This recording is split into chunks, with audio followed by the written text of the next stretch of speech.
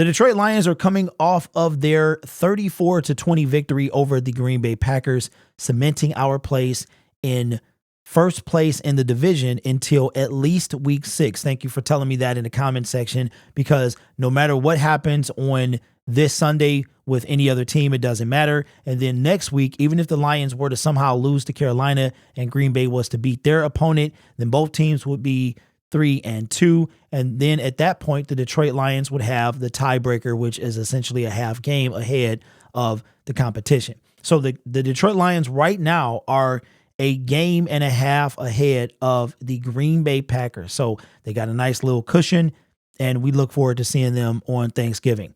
But this game, we saw one of our most prominent players get injured. Now, ironically, in game 2, we lost C.J. Gardner-Johnson. He played that game, but he was out for the season potentially after that.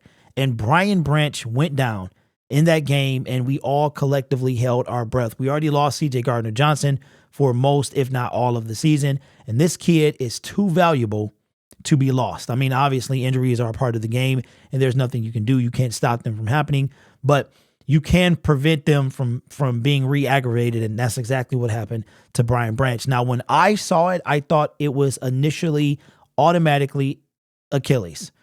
Non-contact, those almost always are not good. Very similar to what happened to C.J. Gardner-Johnson in training camp. It was a non-contact, and we thought he was done for the season.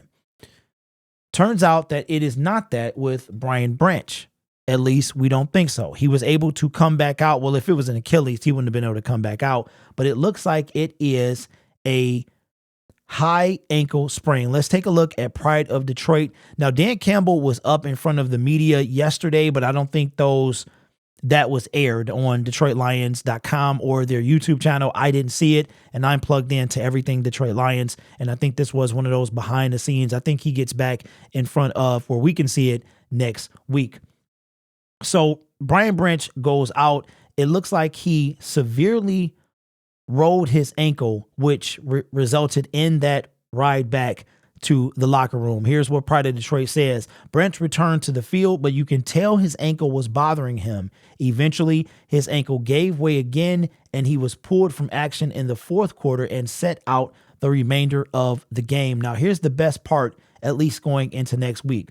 While Branch's soft tissue injury could cost him some time, the good news is that the x-ray showed that there were no bone fractures, thus giving him a more positive prognosis.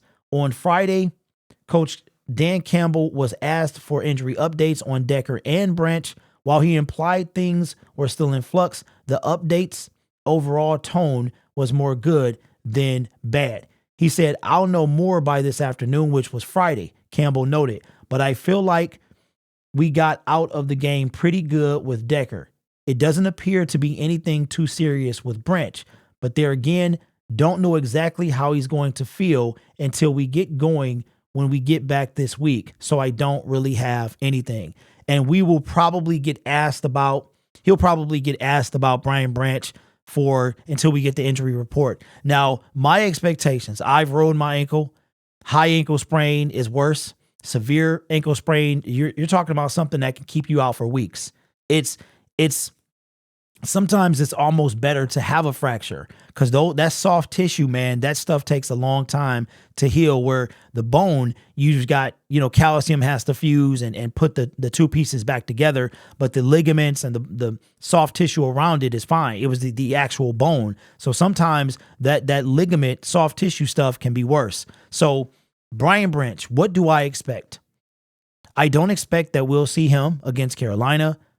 We probably won't see him against Tampa. It could be weeks before we see him, or he could surprise everybody and play week after next. I mean, he could come back and play on Sunday against Carolina. I mean, we saw C.J. Gardner-Johnson. This was during preseason, or training camp, and he didn't miss that much time at all. Just a few days. Then he was out there practicing and stuff like that. So between the trainers and the way the body repairs itself, it could be less than we expect. But what I would like to see, I was disappointed that they sent him back out. Somebody left in my comment section of a different video on my other channel about taping up the ankle and sending him back out there.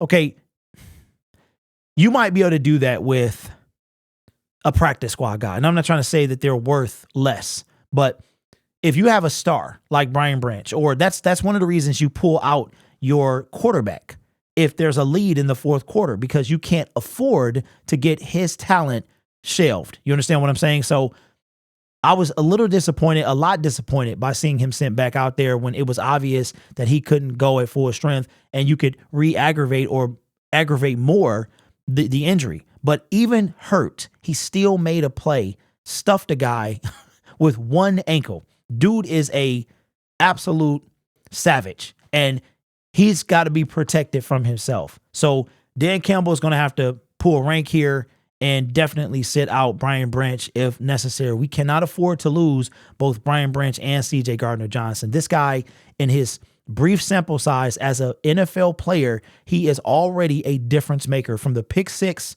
in Kansas City, which was the determining factor of the game, to laying out Bijan Robinson in that Atlanta game. We cannot afford to lose both of our dog safeties. So Brian Branch, looks like the disaster was avoided, but how long will he miss? We don't know. But let me know your thoughts in the comments below of this whole Brian Branch situation. You guys are awesome. Take care of yourself and each other. And as always, go Lions. It feels great to win.